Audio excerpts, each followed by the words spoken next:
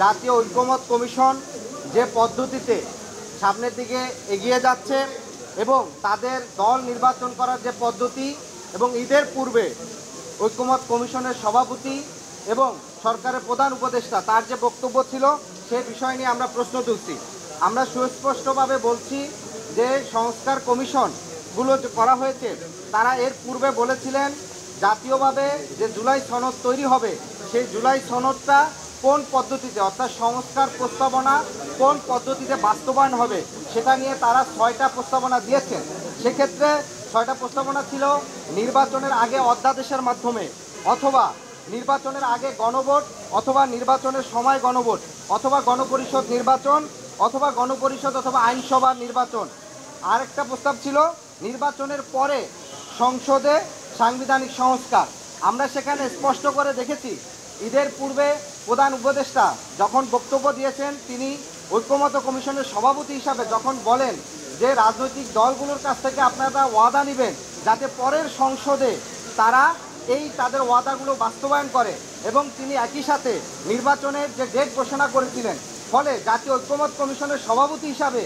তাদের প্রস্তাবিত 6টা প্রস্তাবের মধ্যে প্রধান উপদেষ্টা এবং ঐক্যমত কমিশনের সভাপতি হিসাবে তিনি যখন একটি প্রস্তাবের দিকে হেলে যান এবং যেই প্রস্তাবটি দিয়েছে জাতীয়তাবাদী দল বিএনপি, ফলশ্রুতিতে আমরা মনে করি জাতীয় ঐক্যমত কমিশন এখন যেই পদ্ধতিতে আগাচ্ছে তারা নির্বাচনে এবং এই ঐক্যমত কমিশনে কোন কোন বিষয়গুলো থাকবে সেই বিষয়ে তাদের কিছুটা প্রশ্ন, তাদের অবস্থান প্রশ্নবিদ্ধ হয়, এবং বিএনপির যে প্রস্তাব করছে যে পরের সংসদে গিয়ে রেটিফাই হবে এই প্রস্তাবনাগুলা, সেই দিকেই প্রধান উপদেষ্টার বক্তব্য কিছুটা একদিকে হেলে যায়। দ্বিতীয়ত বিষয় হচ্ছে ঐক্যমত কমিশনে যে রাজনৈতিক দলগুলোকে ডাকা হচ্ছে, এখানে প্রায় 24 থেকে 28টি দল ডাকা হচ্ছে। কি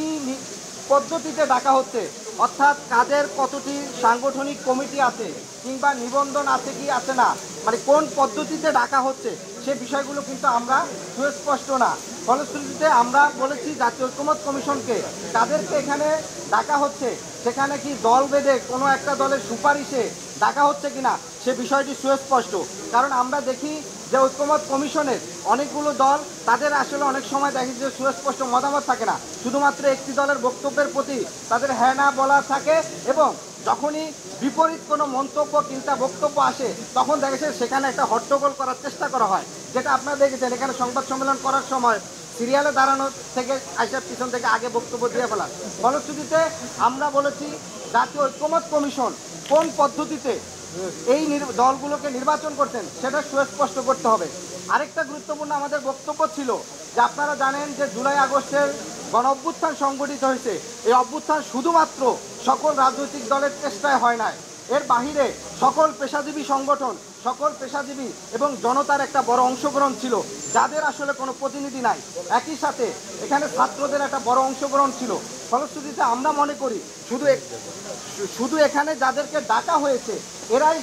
সারা বাংলাদেশের সকল জনগণের 100% ম্যান্ডেট নিয়ে আসতে পারে না। কারণ শুধুমাত্র রাজনৈতিক দলগুলোই যদি সকল জনগণের ম্যান্ডেট নিয়ে আসতে পারত তাহলে আপনারা দেখেছেন যে অভ্যুত্থানের পূর্বে কিন্তু 64 দল, 56 দল কিংবা 54 দল মিলে কিন্তু নির্বাচনের পূর্বে আন্দোলন করা হয়েছে, তখন কিন্তু সরকার পতন কিংবা কোনো ধরনের গণপ্রতিরোধ করা হয় না। ফলে আমরা মনে করি এই গণ অভ্যুত্থানে গুরুত্বপূর্ণ 3টা স্টেক হোল্ডার, একটা হচ্ছে সকল রাজনৈতিক দল মিলে একটা স্টেক হোল্ডার,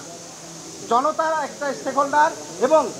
সকল শিক্ষার্থীরা তরুণরা একটা স্টেক হোল্ডার। সেই জায়গার থেকে রাজনৈতিক দল দেখে তার মধ্যে আবার কিছু রাজনৈতিক দলকে ডাকা হয়েছে, কিছু আবার ডাকা হয় না, কোন পদ্ধতিতে ডাকা হয়েছে সেই বিষয়গুলো সুস্পষ্ট করার জন্য বলেছি।